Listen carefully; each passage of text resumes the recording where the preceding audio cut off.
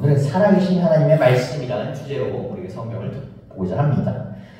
오늘 본문에서 히브리서의 기자는 우리가 매우 친숙하고 아마 여러 번 여러분이 들어보셨을 법한 단 9절로 오늘 뗍니다. 히브리서 4장 12절에 13절 읽겠습니다. 하나님의 말씀은 살아있고 활력이 있어 저의 날선 어떤 검보다도 예리하며 혼과 영과 및 관절과 골수를 찔러 죽이기까지 하며 또 마음의 생각과 뜻을 판단하나니 지으신 것이 하나도 그 앞에 나타나지 않음이 없고 우리의 결산을 받으실 이에 눈앞에 만물이 벌거벗은 것 같이 드러나느니라.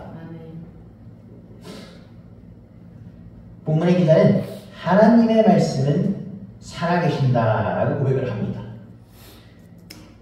우리가 하나님이 살아계시고 그분의 말씀은 당연히 존재하니까 그러므로 하나님의 말씀은 살아있다라고 생각하는 것은 어쩌면 당연한 얘기입니다. 우리가 3단 논법이라고 할 때 A가 맞고 B가 맞으니 그러니 C도 있다라고 이렇게 볼 수 있는 것입니다. 그런데 우리가 이 본문에서 증언한 하나님의 말씀을 조금 더 들여다보자면 우리가 지난 시간에 살펴본 것처럼 이 하나님의 말씀은 예수 그리스도에 관한 증언들, 구약에서부터 예수께서 메시아께서 오신다라고 얘기했던 그 선지자를 통해서 하나님께서 우리에게 얘기하셨던 그 증언들을 말하며 더 나아가면 이제 무엇이냐면 이 하나님의 말씀은 살아계신 하나님 말씀이 예수 그리스도 자체를 의미한다라고 저희가 이렇게 볼 수가 있습니다. 지난 시간에 우리가 하나님의 창조 사역 가운데 예수님께서 어떻게 하셨다? 그 가운데 함께 하셨다. 말씀으로 함께 하셨음에 대해서 살펴보았습니다. 그 말씀은 어떻습니까? 창조의 말씀은 생명이 있고 활력이 있고 그 안에 빛이 있다. 생명의 빛이 있다라고 이렇게 성경은 증언을 합니다. 이 살아있고 활력이 있는 말씀은 뭐다? 한순간도 멈추지 않고 행동하십니다. 한순간도 가만히 있지 않으시고 우리의 삶 가운데 빛을 비추시고 우리의 삶 가운데 역사하십니다. 우리는 흔히 어려움이 있을 때, 힘듦이 있을 때, 마음이 곤궁할 때 이런 얘기를 많이 듣습니다. 무엇하라? 하나님께 더욱 매달리라라고 합니다.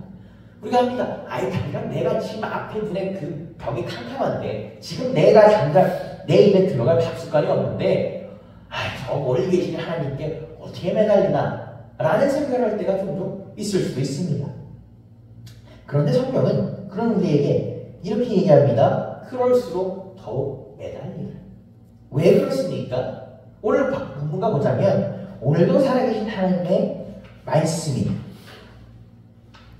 그 예수님께서 살아서 오늘 지금 이 순간을 살아서 생명력 있게 활력 있게 우리의 문제 가운데 우리의 삶 가운데 관여하시고 역사하시기 때문에 그 줄을 붙잡으라는 것입니다.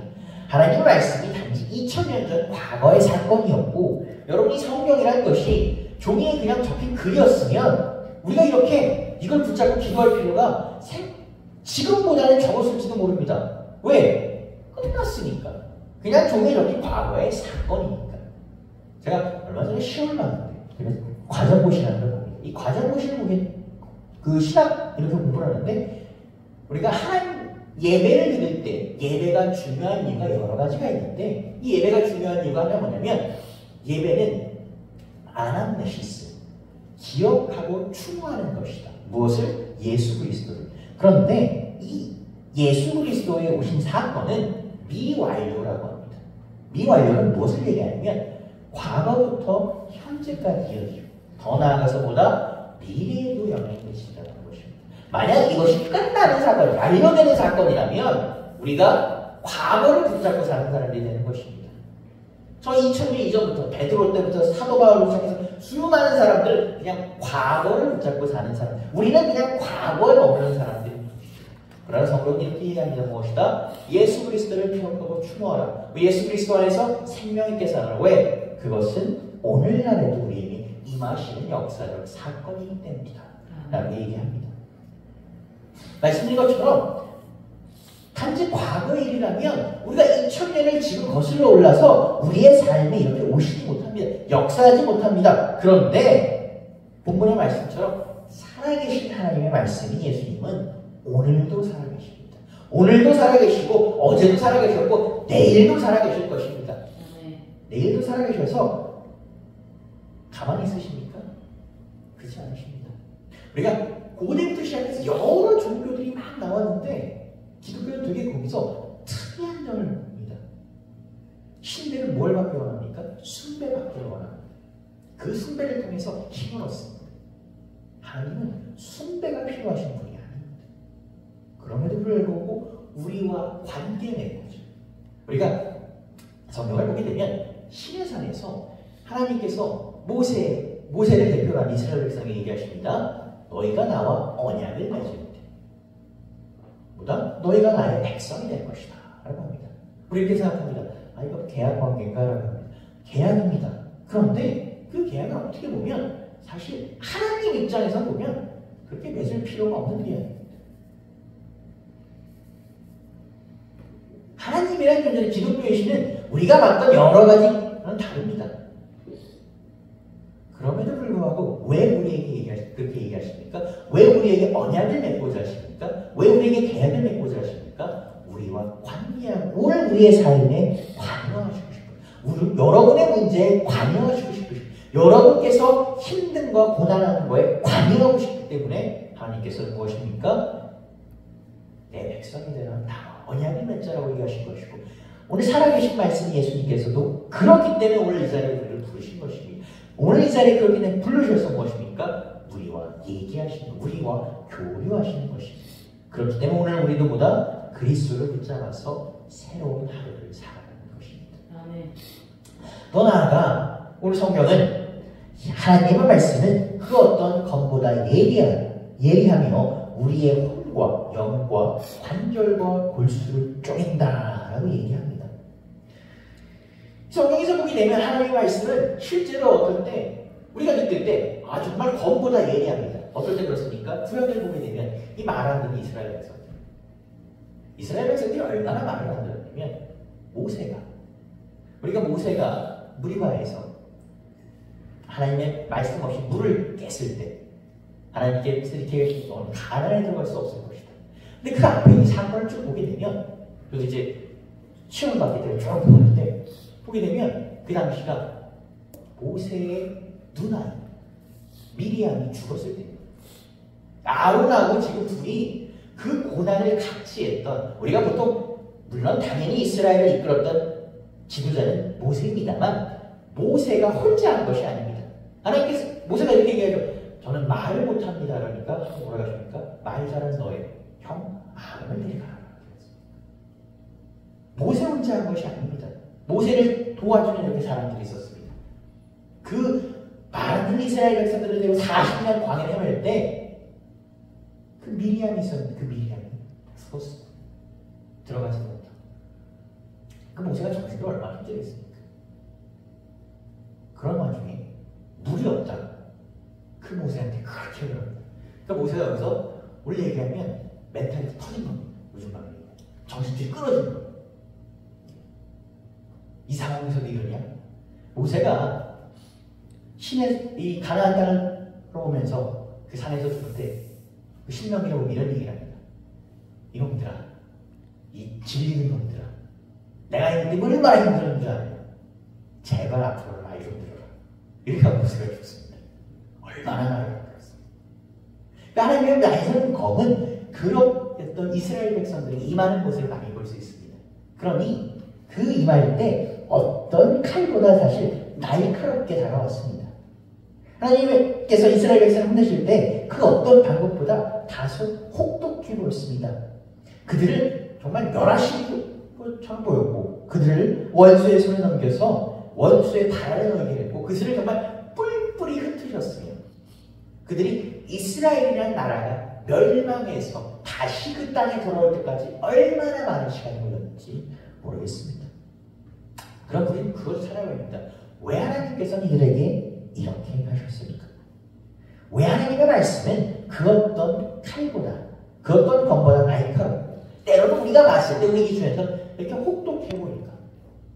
하나님 모든 걸 다 하시는데 이 이스라엘 백성이 이렇게 말 안 듣는 민족인 걸 못 들었을까? 왜 그 말 안 듣는 민족들이 알 뻔히 하시면서 이렇게 하실까? 라고 우리가 생각해 볼 수가 있습니다. 답은 뒷절에 얘기합니다. 답은 뒷절에 성경이 얘기합니다. 그 말씀이 우리에게 나와 혼과 관절과 골수를 쪼개기. 하나님께서 그들에게 그 날카로운 검을 들여대시는 이유, 하나님께서 그들을 치시는 이유는 무엇이냐면 치는 것에서 끝나는 것이 아닙니다. 그들의 혼과 영과 관절과 골수를 쪼갰을 때, 그들을 쪼갰을 때 그들을 깨우기 위함입니다. 그들이 그렇게 말을 듣지 않고 귀를 닫고 눈을 감고 있을 때 그들을 돌리시기 위해 하신 것입니다. 이스라엘 백성은 참 나쁜 민족입니다. 말 더럽게 안 되는 민족입니다. 그렇게 무뎌있는 그들의 살을 찢으시고 그들의 골수를 쪼개시고 그들을 깨우시는 하나님의 날카로운 칼이 그들에게 임했을 때 어떻게 됩니까? 그들을 깨우시는 겁니다. 그들에게 돌아오게 해주신 겁니다. 그리고 오늘 2000년의 시간이 지나 그 하나님의 검이 우리에게 임했을 때, 우리의 살을 찢고 우리의 골수를 쪼개고 우리의 관절을 쪼갰을 때 하나님께서는 우리를 깨우기 위해 오늘도 우리를 이 자리에서 일으켜 세우시기 위해 하나님의 검이 임하시는 것입니다. 그렇기 때문에 하나님의 검은 그 어느 것보다 날카로운 것입니다. 우리는 흔히 이렇게 얘기합니다. 우리는 하나님의 형상대로 지음을 받았다라고 얘기합니다. 그런데 하나님의 형상대로 지음받은 사람들이 참 그렇게 행동하지 않을 때가 많습니다. 항상 얘기하지만 이렇게 얘기하면 제가 제일 됩니다. 참 일주일도 생각해보면 얼마나 많은 화를 내고 얼마나 많은 잘못을 해요. 저는 항상 제가 고백을 하자면 항상 그럴 때가 있습니다. 내가 이번 주는 내가 평상시보다 화를 덜 냈구나라고 생각을 했지만 다른 사람들이 봤을 때는 그렇게 동의하지 않는 것 같습니다. 내 지인들이 봤을 때는 그렇게 동의하지 않더라고요.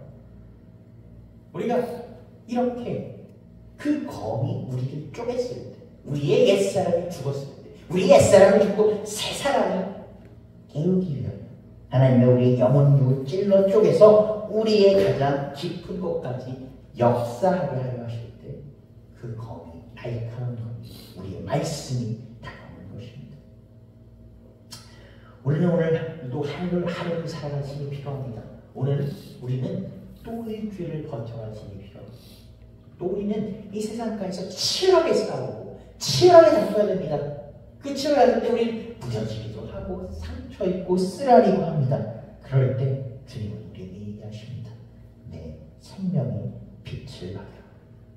그 생명의 빛이 우리에게 임했을 때 우리를 찔러 쪼개는 것입니다. 우리를 다시 깨우시는 것입니다. 우리에게 다시 부어주시는 것입니다. 주님의 생명의 빛 가운데 거하실 여러분, 주님의 생명의 빛이 필요하신 여러분, 오늘도 주님 안에서 거하시며 여러분의 영혼육을 그리고 삶을 깨우시는 주님 안에서 새 생명을 얻으시는 주님 안에서 찔러 쪼개지는 여러분 되시기를 주님의 이름으로 축복하고 기도합니다. 요전의 본문에서 히브리서의 기자는 이렇게 이야기합니다. 예수님은 큰 대제사장이다. 그리고 대제사장께서 우리의 죄를 사하셨기 때문에 우리가 주님 앞에 그 은혜의 보좌 앞에 나아갈 수 있다. 그 은혜의 보좌를 바라볼 수 있다라고 이렇게 설명을 합니다. 히브리서 4장 14절에 16절을 읽겠습니다. 그러므로 우리에게 큰 대제사장이 계시니 승천하시니 곧 하나님의 아들 예수시라. 우리가 믿는 우리를 굳게 잡을지어다. 우리에게 있는 대제사장은 우리의 연약하심을 동정하지 못하실 리가 아니오 모든 일에 우리와 똑같이 시험을 받으신 이로되 죄는 없으시니이다. 그러므로 우리는 국민의 하심을 받고 때에 따라 돕는 은혜를 얻기 위하여 은혜의 보좌 앞에 담대히 나아갈 것입니다. 히브리서의 기자는 이렇게 얘기합니다. 예수님은 단순히 대제사장이 아니라 큰 대제사장이다라는 것입니다. 사실 대제사장은 엄청난 직책. 요즘으로 얘기하면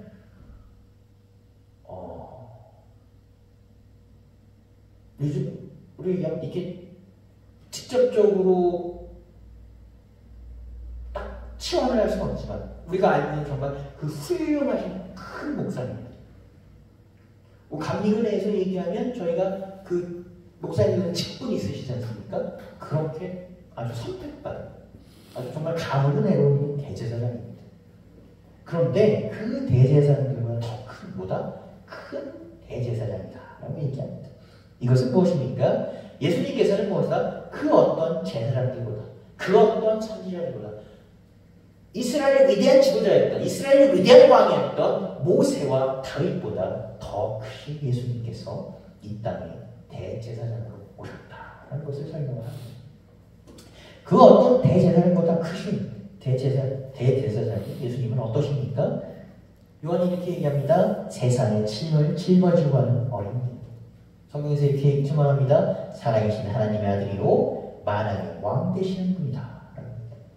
그런 분께서 어떻게 했다? 그 존귀하신 존재께서 이 땅에 내려오셨다는 것입니다.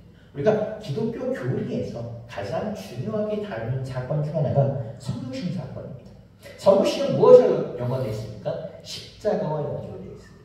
우리가 보통 물론 당연히 성육신 십자가와 연결이 되어 있기 때문에 우리의 죄를 사하셨기 때문에 이것은 매우 중요한 사건이다. 당연한 얘기입니다. 그러나 성육신이라는 사건 자체만 봐도 이것은 매우 획기적이고 아주 중요한 일입니다.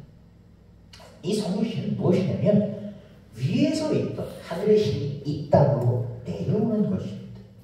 이 땅으로 내려왔을 때 우리가 하나님과 인간의 관계가 단절되었을 때, 끊어졌을 때 이것을 직접 이으시는 것입니다. 십자가로 표현하자면 우리가 끊어진 관계를 하나님께서 예수님께서 내려오시면서 직접 이으셨다라고 생각을 하시면 되겠습니다. 그러므로 우리가 하나님과 인간이 이어진 연결됨을 보여주는 것입니다. 아까 말씀드렸습니다. 예배는 무엇입니까? 하나님, 예수님을 기억하고 추모하는 것입니다. 또 다른 예배는 무엇입니까? 예배는 하나님의 영이 이 땅에 임재하는 것입니다. 임재함을 느끼는 것이 무엇이다? 예배라는 것입니다. 하나님의 영이 이 땅에 임재하여 하나님과 교류하는 것, 하나님과 이어지는 것, 하나님과 관계가 지속되는 것을 말하는 것입니다. 예수님께서 이 땅에 오셨습니다. 그리고 나서 나는 이 땅에서 왔고 나는 저기 멀리서 왔고 너희는 저 멀리 있는 사람이니 나는 너희와 교류하지 않겠다. 그러지 않으셨습니다. 이 사람들처럼 먹으셨고 이 사람들처럼 마셨고 이 사람들처럼 피곤해하셨고 이 사람들처럼 채찍질에 아파하셨고 이 사람들처럼 피 흘리셨고 이 사람들처럼 같이 웃고 같이 우셨습니다.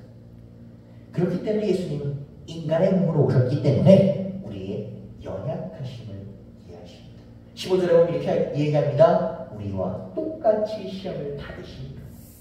우리가 삶에서 겪는 그 어려움을 예수님께서 동일하게 겪으셨다는 것입니다. 그래서 십자가 사건은 중요합니다. 십자가 사건을 이해하지 못하는 사람들이 이렇게 얘기합니다. 전능하신 신인데 그 십자가에 달리는 게 뭐 이렇게 힘들겠느냐, 그냥 아픈 척한 거 아니냐 라고 얘기합니다. 그것이 아닙니다. 이 땅에 인간의 몸으로 오셨기 때문에 참신이 참 인간의 몸으로 오셨기 때문에 예수님은 우리와 같은 고통을, 우리가 겪을 고통을 똑같이 겪으셨어요. 여러분이 지금 힘드시다면 주님도 힘드셨어요. 여러분이 지금 마음에 상처를 입으셨다면 주님도 상처 입으셨습니다. 여러분이 지금 배가 주시다면 주님도 배가 주십니다. 여러분이 지금 피곤하시다면 주님도 피곤하신 것입니다. 이렇게 주님은 우리와 동일한 아픔과 동일한 상처를 겪으셨습니다. 그렇기 때문에 우리의 연약함을 이해하지 못하시고 저 인간들이 왜 넘어지지? 저 인간들이 왜 자꾸 저러지? 라고 얘기하는 것이 아니라 내가 너의 아픔을 이해한다. 내가 너의 상처를 이해한다. 내가 너의 그 아픔과 슬픔을 공감한다. 라고 말씀하십니다.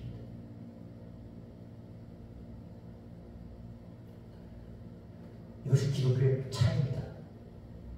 말씀드린 것처럼 고대부터 지금까지 얼마나 많은 종교들이 있었습니까? 그런데 그 어떤 신도 이해하지 못합니다.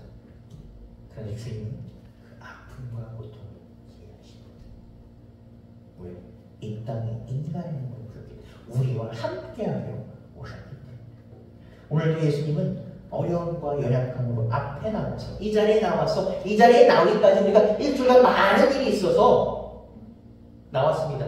말씀드린 것처럼 사실 예배 자리는 우리가 주님 앞에 치유받고자 하는 목적만 갖고 나오는 곳은 아닙니다. 우리가 삶 가운데 치열하게 주님을 사모하고 경배하는 마음으로 드리고 우리가 그것을 주님 앞에 드리는 순간이 예배입니다. 그러나 우리가 사실 삶을 살아가는 동안 당연히 그것이 제일 중요합니다만 우리의 마음이 다리가 찢어질 때가 있습니다. 우리의 마음이 힘들 때가 있습니다. 정말 누구한테 말하고 싶은데 말하기 어려울 때가 있습니다. 그럴 때 어떨 때는 주님한테 주님 경배가 먼저지만 주님 오늘 제가 너무 힘드네요. 내 아픔부터 먼저 치유해주시면 안 됩니까? 라는 그의 못난 부탁을 주님께서 드릴지라도 주님 우리에게 뭐라고 하십니까? 내 아들아 됐다 내가 사랑하고 치유한다 라는 말씀을 주시는 것입니다. 오늘도 주님은 우리와 같은 연약함을 갖고 싶고 우리와 같은 어려움을 갖고 있습니다. 그러기에 여러분에게 이 자리에서 여러분을 환영하시는 것입니다. 16절을 보게 되면 그런데 그럼에도 불구하고 그분은 어떻습니까? 여전히 죄가 없는 어린이, 순결한 어린이, 그 죄 없는 어린 양이 우리 십자가에서 우리 대신에 피를 흘리셨습니다. 우리 대신에 저 십자가의 고난을 갖고 오셨습니다. 우리 대신에 채찍을 맞으셨고 우리 대신에 살이 찢기셨습니다. 이 모든 것은 무엇입니까? 우리를 위하여 그 보혈로 우리를 씻기기 위함입니다.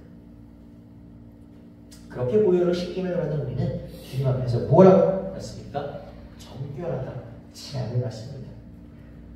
여러분 사실 오해하시면 안 됩니다. 정결하다 칭함을 받는 거지 여러분이 정결하신 것은 아닙니다. 제가 정결한 것은 아닙니다. 기독교 교리를 가끔 오해하고 곡해하는 사람들은 야 나는 죄 져도 예수 믿으니까 그냥 나 괜찮아. 나는 그냥 구원받았어. 나는 깨끗해. 그렇지 않습니다. 우리는 여전히 더럽습니다. 이미 그 피로써 씻어주셨기 때문에 정결하다 얘기해 주셨기 때문에 우리가 정결해 보이는 것입니다. 우리는 여전히 죄 가운데 사는 것입니다. 주님께서 우리를 남들은 우리에게 너는 그렇지 않아 라고 얘기하는데 우리에게 그렇다라고 얘기해 주시는 것입니다. 사실 우리가 예수 믿고 구원받았다고 하는데 말씀드린 것처럼 우리 안에 죄와 큰 죄와 바뀌지 않은 것들이 많습니다. 우리가 흔히 그런 것을 볼 때 뭐라고 얘기합니까? 사람의 성격이 잘 안 바뀌어. 야 사람이 태어난 대로 그대로 사는 거야 라고 얘기하면 교회에서 그런 얘기 많이 했어요. 정말 어떤 장로님, 권사님 정말 교회 열심히 사시는데 교회 열심히 사시는데 그런 얘기합니다. 저분은 어렸을 때부터 저랬어. 이런 얘기 사실 많이 했습니다. 우리가 물론 그렇게 합니다.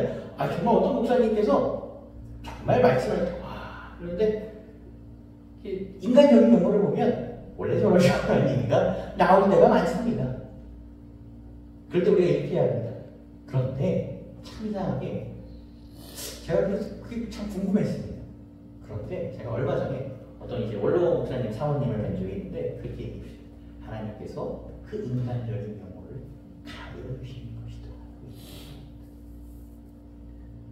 그 보혈로 우리를 정결하다고 해주시는 것입니다.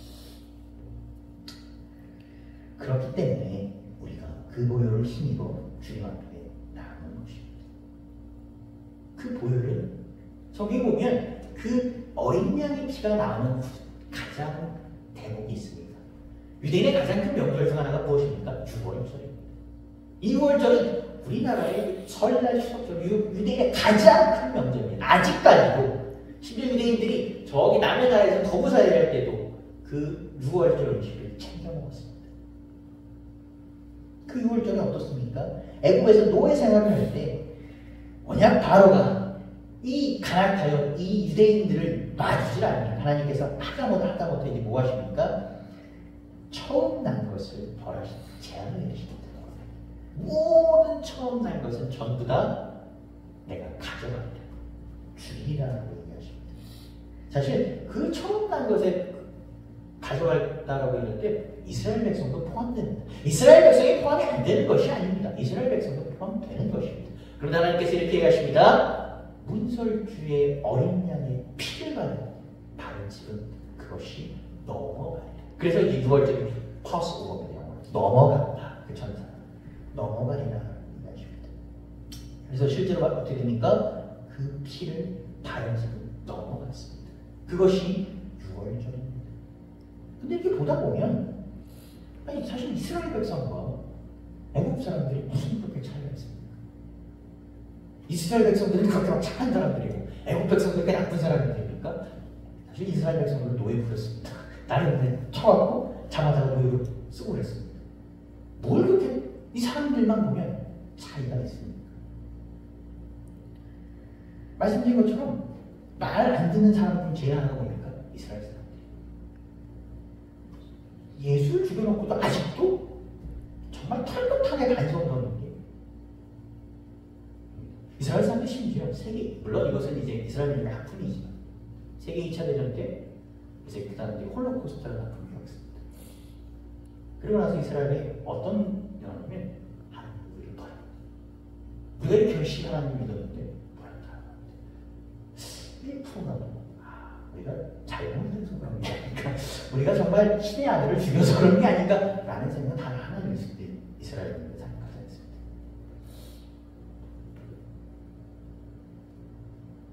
아까 말씀드린 것처럼 그렇게 별 차이 없습니다. 별 차이 없는데 그들에게는 뭡니까? 그 문설주의 발, 그 어린애의 피로 그 하나님의 제한이 지나갔습니다. 그렇게 보혈로 정결함을 입은 우리, 보혈로 인해서 정결하다 칭함받은 우리는 어떻습니까? 우리 자체는 아직 변화가 없는데, 우리 자체는 어떻게 보면 아직까지는 죄인인데 주님께서 그렇게 칭해 주시는 것입니다. 그렇기 때문에 어떻습니까? 오늘 16절처럼 우리 그렇기 때문에 정결하지 못한 죄인은 나올 수 없는 성전에 오늘 이렇게 부름받아 주님께서 그 피로써 그 육신으로서 성전의 성막을 찢어주셨기 때문에 우리가 오늘 이렇게 나올 수 있는 것입니다. 주님의 부름에 감사하여 올 수 있는 것입니다.